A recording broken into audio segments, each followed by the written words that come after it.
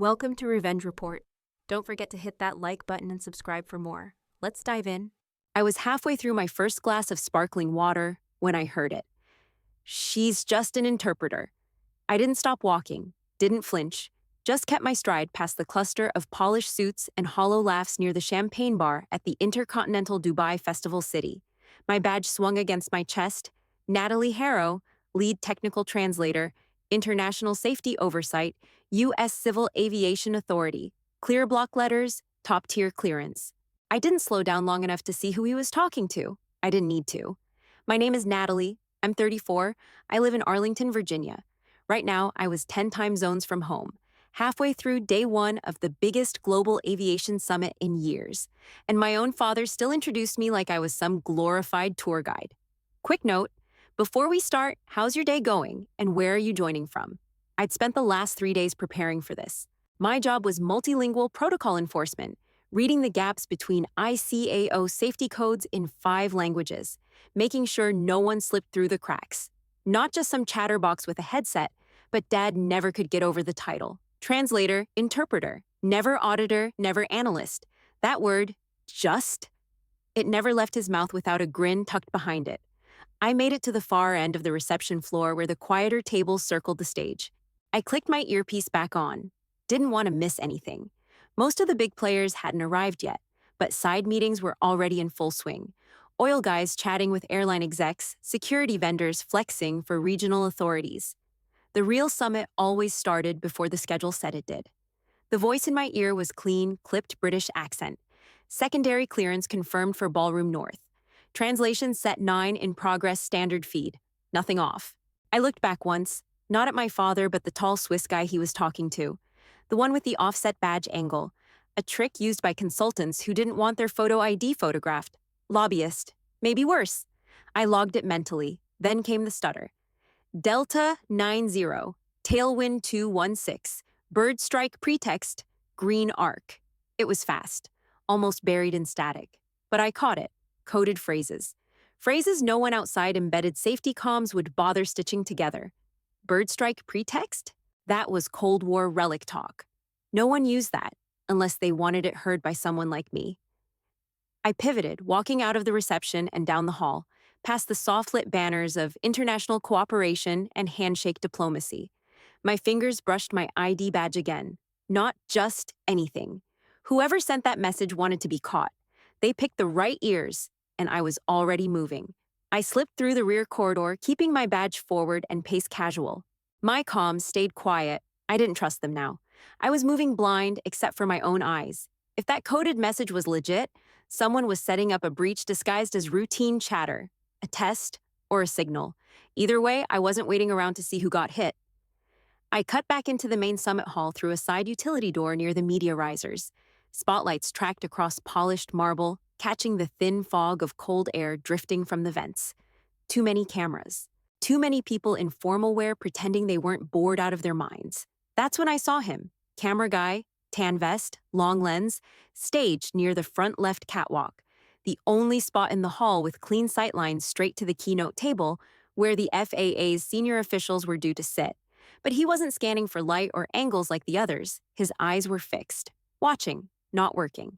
I ducked behind one of the center column screens and tapped the hidden mic node clipped behind my left ear. No chatter. Good. I clicked my thumb mic once. Open signal to my handler. No response. Second click. This time, longer. Silent alarm. That would ping headquarters if the uplink was still clean. I wasn't waiting to find out. I moved through the edge of the crowd, adjusting my lanyard to hide my ID. Most people saw the translator tag and tuned me out. That's what made it useful. The FAA official, Admiral Carson, retired Navy, was already seated at the far end of the main table. I'd worked under him 5 years back during a joint task force. He didn't know my real name then, and I never expected he'd remember my face now. I leaned close as I passed behind him. "CROSSWIND sends regards." He turned, didn't blink, just stared. Then, sharp nod. He stood without a word, left his notes, motioned like he was just taking a quick call. We moved. Slow, steady, nothing sudden. Through the left aisle, around the curve of the stage. We were 10 steps from cover when the sound hit. Not loud, not like in the movies, just a thump. sharp, muffled, like someone had snapped a heavy book closed against a pillow. Then the center of the keynote table exploded in splinters. Screams followed half a second later. Glass shattered. One of the side cameras dropped and clanged. Delegates scrambled, ducking low, climbing over each other in heels and tuxes. Security hesitated, always a beat behind. Then radios crackled and bodies surged.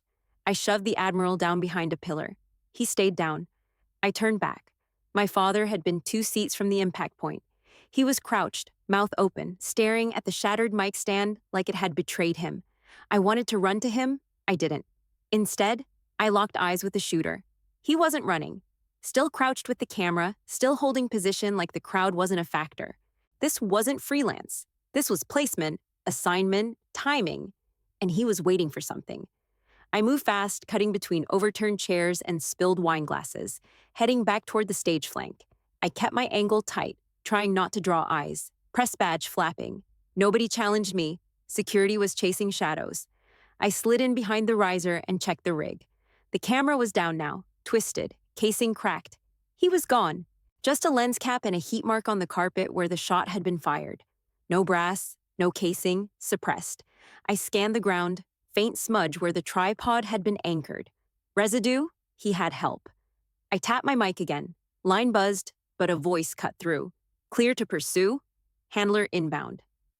Level 3. That meant full clearance. Guns out. I moved. Back hallway. Emergency exits. I caught a blur of the shooter's vest as he ducked into a staff corridor. I followed. Boots loud now. No need to be quiet. This wasn't about secrecy anymore. I hit the corner. Empty. Just a crumpled map of the summit venue on the floor, folded twice, marked with X's on entry points. One circled in red, North Catwalk. That's where my father had entered from. This wasn't random. This was built from inside. By the time I got back to the main floor, cleanup had started. Carson was gone, escorted out. Delegates herded like cattle toward emergency briefings. My father was still standing, dust on his collar, arms crossed but shaking. He looked right at me, and I looked straight through him. He looked right at me, and I looked straight through him. That wasn't the first time I'd pulled someone out of the blast radius, just the first time the fallout landed that close to blood.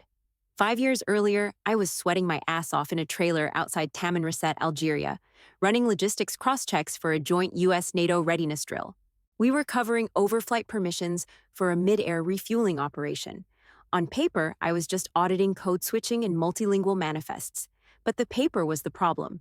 I caught it while verifying French-Arabic route charts. 2 letters reversed on a secondary coordinate line. Not enough to throw up red flags in a satellite feed, but I'd been looking at these overlays for weeks. I knew how they were supposed to curve over the Mediterranean corridor. This one didn't. The route sent the cargo plane 30 clicks off-center, smack into a region flagged 6 months earlier for drone trap testing. No one else flagged it. Probably didn't even see it. I ran it through twice, cross-checked the physical sheets with the digital backups. Same error, copied forward across 5 versions of the refuel schedule. I called it in. My direct CO told me to sit tight. Probably a formatting thing, he said. It's been cleared twice? Don't stir the pot, right? Until someone gets a missile through the windshield. So I didn't wait. I scrambled the backup radio, got a direct line to the forward air controller, used a callback code I'd overheard 2 nights earlier, one they used during quiet drills to reroute VIPs without explanation. That reroute pulled the lead cargo flight 15 minutes early and 90 miles west, out of range. 20 minutes later, a drone launched from a civilian freight port just outside Gadames. Hidden ID, no flight plan. It blew its own coordinates after failing to acquire target lock. Satellite logs picked up the burst. If the original flight path had held, that drone would have met a KC-10 mid-refuel, hauling 45 personnel and 1 FAA attaché. The attaché? Admiral Carson. Same guy I just pulled out of a crosshair in Dubai. They launched an investigation, of course, tried to find out how the route got corrupted, blamed a translation formatting issue in one report, a faulty airspace sync in another. Quiet conclusions. No press, no headlines. My CO filed a formal reprimand.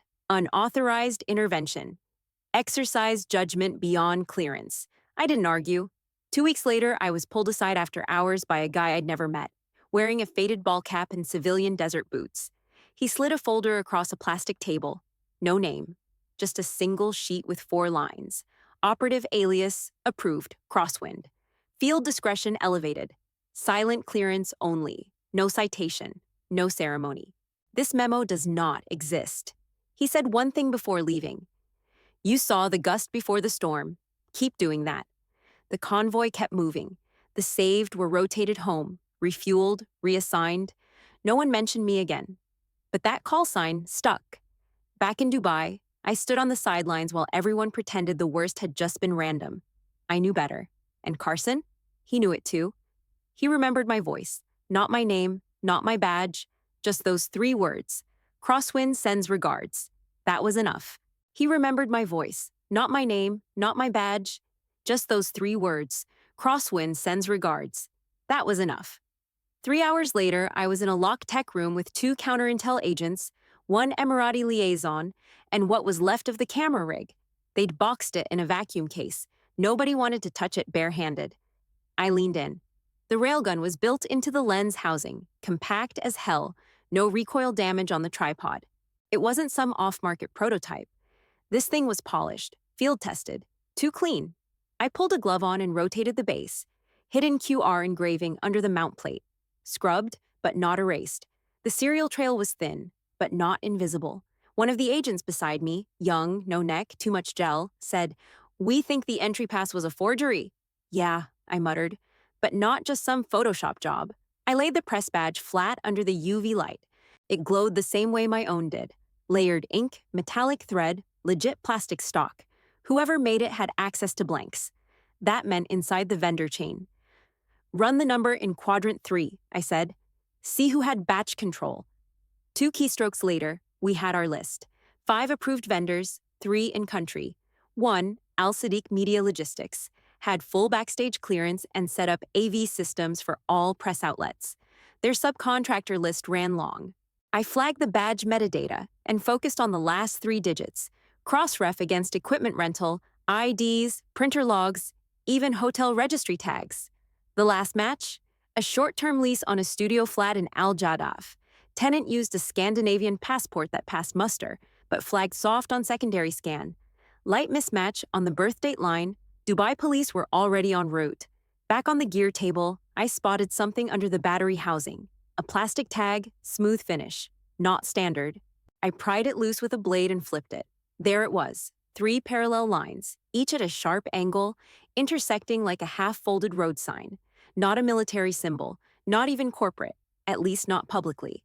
But I'd seen it once in a customs backlog, buried in an old cargo manifest filed through Luxembourg. A logistics subcontractor no one admitted hiring. Front firm, clean paper, dirty hands. I sat down and started running cross-registrations, customs, shipping, even telecom. It was like chasing ghosts in mirrors.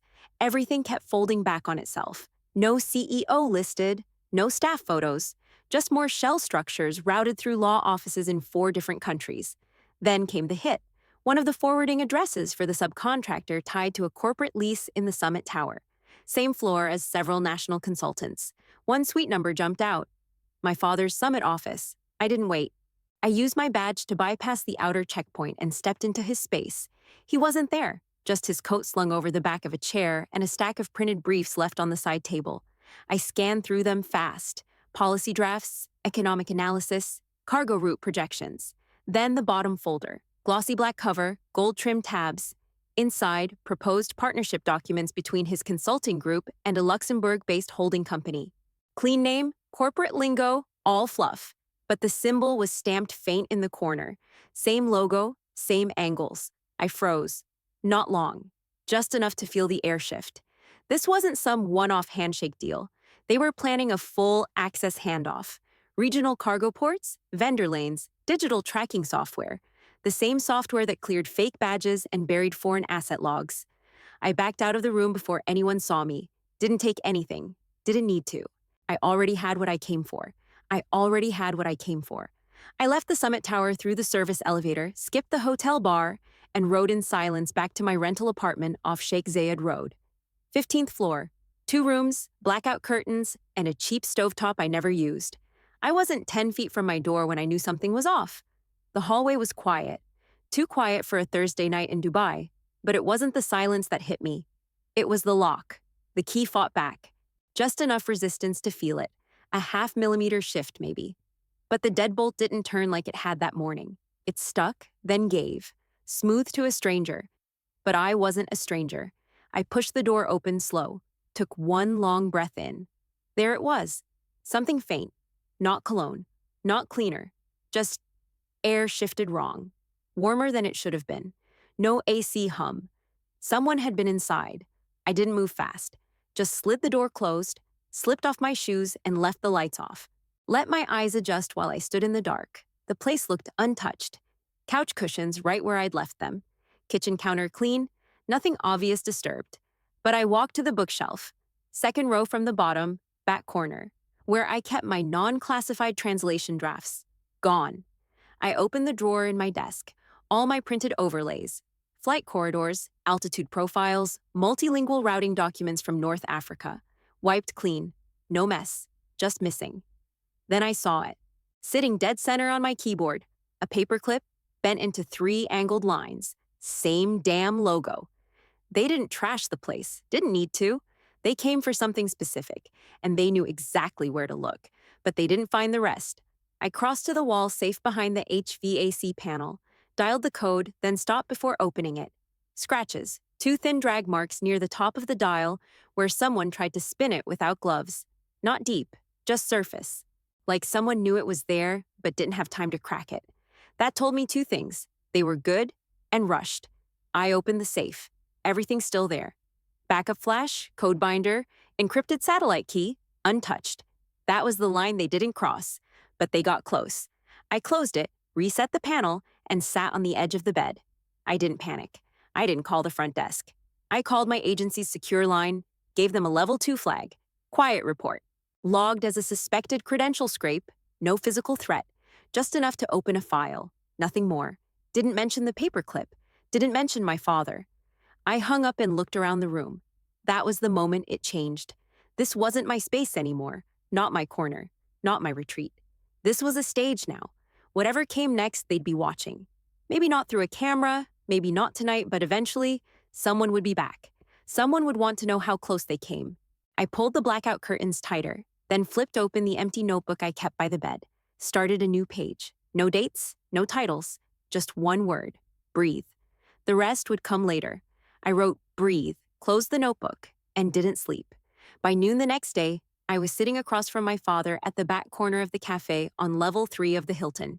Quiet table, no press, no handlers, just filtered sunlight, 2 black coffees, and the man who taught me how to keep my voice steady when I wanted to scream. He wore the same consultant blazer he always did. Crisp, expensive, forgettable. I slid the folder across the table without a word. Inside were the deal papers, the glossy ones from his office, and a high-res scan of the logo. 3 angled lines, corner stamped. He opened it, barely glanced, then looked up like I'd dropped a restaurant menu in front of him. "What am I looking at?" he asked. "You tell me," I said. He smirked. "Natalie, come on. This is just business. These kinds of partnerships happen all the time. Holding companies, shell subsidiaries. This is how the sausage gets made." "Don't feed me generic," I shot back. "That symbol matches gear used in a summit breach. The guy who took the shot had credentials traced back to one of your soon-to-be partners." "That's circumstantial," he said, tone flat. "You're connecting dots that aren't meant to connect." "You've always done that." "Yeah?" I leaned forward. "Then let's talk timing. Your walkthroughs, security badges, site checks, welcome briefings. They line up exactly with the shooter's mapped access points. Every single one." His eyes narrowed, but he didn't blink. "Be careful, Natalie." That landed colder than it should have. "Someone broke into my apartment last night," I said. "Took specific files. Left a calling card. You know what it looked like? That same logo, bent into a damn paperclip and left on my keyboard." He shifted in his seat. Just a little. That was the tell. Not panic, not guilt, but fear. The kind that leaks through the seams in men like him when they start to realize they've gone too far to pretend they haven't. "You're being paranoid," he said, still trying to sound bored. "You always don't," I snapped. "Don't turn this into another lecture." I'm not 10 years old, and this isn't one of your boardroom dances. Someone used your company, your exact walkthroughs, to stage an assassination attempt at a global summit. That's not paranoia, that's math. He sat back, hands on his thighs, staring, thinking. He wouldn't confess. Men like him don't. They just calculate risk. Finally, he spoke. I'll delay the signature, he said. Temporarily. To clarify things, I nodded once. Delay isn't safety, I said. It's borrowed time. You think I don't know that? No, I said, standing. I think you know exactly how long the loan lasts. He didn't stand. Just watched me walk away, face like granite, fingers twitching on the folder he hadn't closed.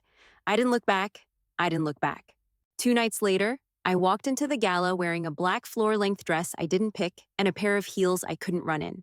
Still, I had eyes on the exits, both flanks, and the raised dais at center stage. The keynote table had been rebuilt. New flowers, new chairs, same old rot underneath. I sat 4 tables back from the stage, far enough not to draw attention, close enough to move if I had to. My badge was tucked away. I wasn't there as staff tonight, no translation, no oversight. I was here as something else. The room was packed. Diplomats, executives, tech vendors, defense representatives. Everyone pretending to laugh like they weren't about to watch money change hands. At exactly 8:37 p.m., my father stepped onto the stage, dark suit, silver tie, holding a fountain pen like it meant something. Beside him, a man from the Luxembourg cutout firm. Stiff collar, unreadable eyes, just another actor with clean hands. The screens behind them lit up with logos and title cards. Strategic Memorandum of Understanding between Aris Global Advisors and R-Arc Logistics. Nothing subtle. Even the firm name was a dead joke, R-Arc. 3 lines bent to meet. I spotted the logo in the corner of the backdrop. Faint, but present. They were about to sign. Then a hand went up. Admiral Carson. He rose slowly from the far end of the head table. No mic, just his voice, gravel and steel, cutting through the room like a zip line. Before we move forward, he said, I'd like to acknowledge someone in the room. The ballroom quieted, cameras swiveled, forks paused midair. Some of you may remember a joint operation 5 years ago. Taman Rasset, North Africa. A fuel convoy was rerouted mid-mission. What you don't know, he said, turning slightly toward the crowd, is that someone spotted doctored flight codes and acted without permission. That call saved lives. Murmurs rolled through the room like low thunder.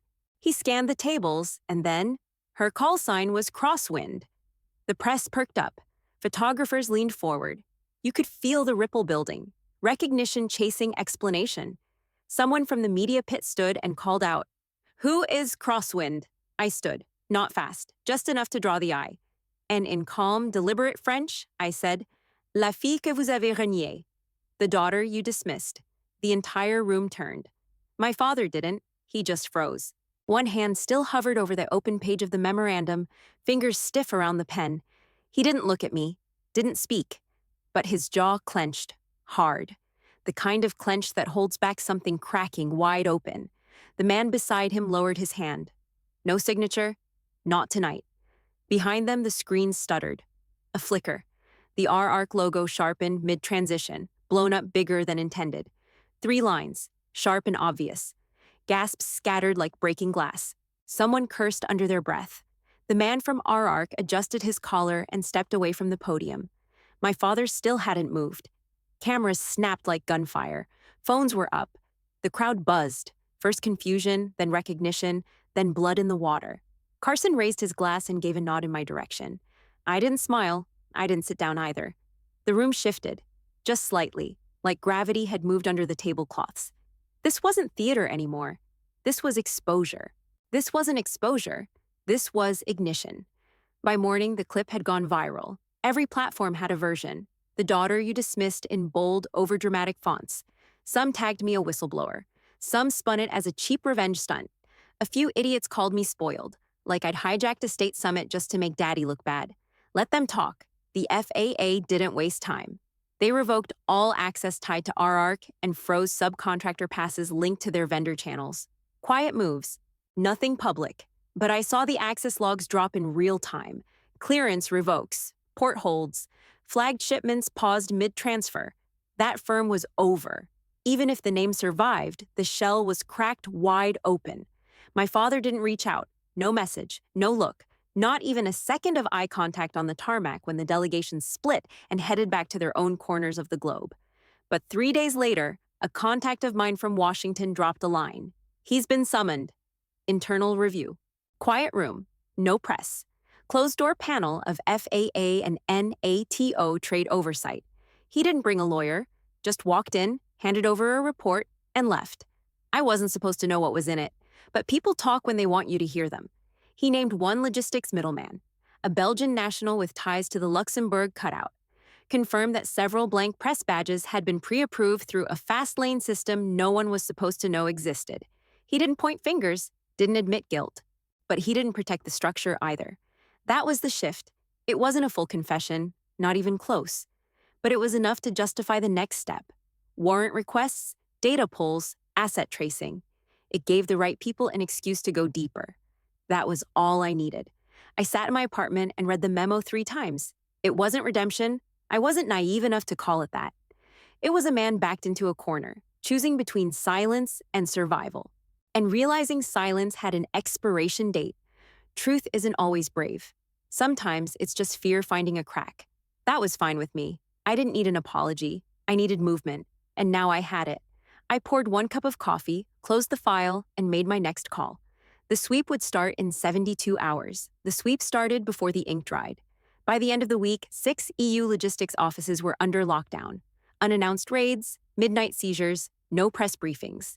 Just armored vans, sealed boxes, and field agents in jackets that didn't show logos. Everything the public never sees. I watched it happen from 2 time zones away, logged into a dead terminal with a scrambled IP. My access wasn't official, but it was clean. The alerts rolled in one after another. Madrid, Milan, Hamburg, Antwerp, Paris, Brussels. Brussels was the big one. That warehouse was supposed to be dormant. Instead, they found a drone rack hidden under a false wall in a private freight zone. Half the drones were tagged as research units. The rest had their serials filed off, stripped down to carbon skeletons, preloaded with software that didn't belong to any commercial vendor. Strike grade, auto-calibrated, camera activated. Beside them, a pile of blank press badges, still sealed in plastic. It wasn't subtle. It wasn't even careful. These people never thought they'd be touched. They were sloppy because they thought everyone was looking the other way. I kept my distance, stayed off camera. I wasn't part of the official task force, not on paper. But my calls were picked up on secure lines now. My name passed through channels with weight behind it. Never printed, never said out loud, but it traveled. CROSSWIND. The code name was no longer just a whisper in a memo. It was a signal that someone inside the system had teeth. One morning, a black envelope showed up in my apartment mailbox. No stamp, no return address. Inside, a single letterhead document, military seal watermarked into the background. The wording was plain. Field commendation for interceptive pattern recognition and unaffiliated defense support. You didn't just stop an attack. You stopped a pattern, no name, no signature. That was fine. I folded it once and locked it away. Recognition wasn't the point. Proof was. My father never called, never emailed, never sent a word. But 2 weeks after the sweep, I found him standing beside me on the Theodore Roosevelt Bridge in D.C. It was early, just after sunrise. I ran that trail 3 times a week. He must have known that, or asked someone who did. He didn't say my name, didn't touch me, just stood there for a second, hands in his coat pockets, facing the river. You always did breathe steady, he said. No apology, no questions. Just that. It should have made me angrier than it did. But I looked straight ahead, let the wind cut through my jacket, and didn't say anything back. I didn't have to. He wasn't there to fix anything. He was there because he knew it was broken, and that I was the one still standing. And maybe that was enough. I watched him walk away without a word. That was 2 days ago. This morning, I opened my front door to a white envelope sitting dead center on the mat. No stamp, no seal, just one thin card inside. Printed in clean, sharp ink. CROSSWIND. This isn't over. No name, no symbol. But I didn't need either. I recognized the rhythm, the space between the dash and the period, the restraint in the wording.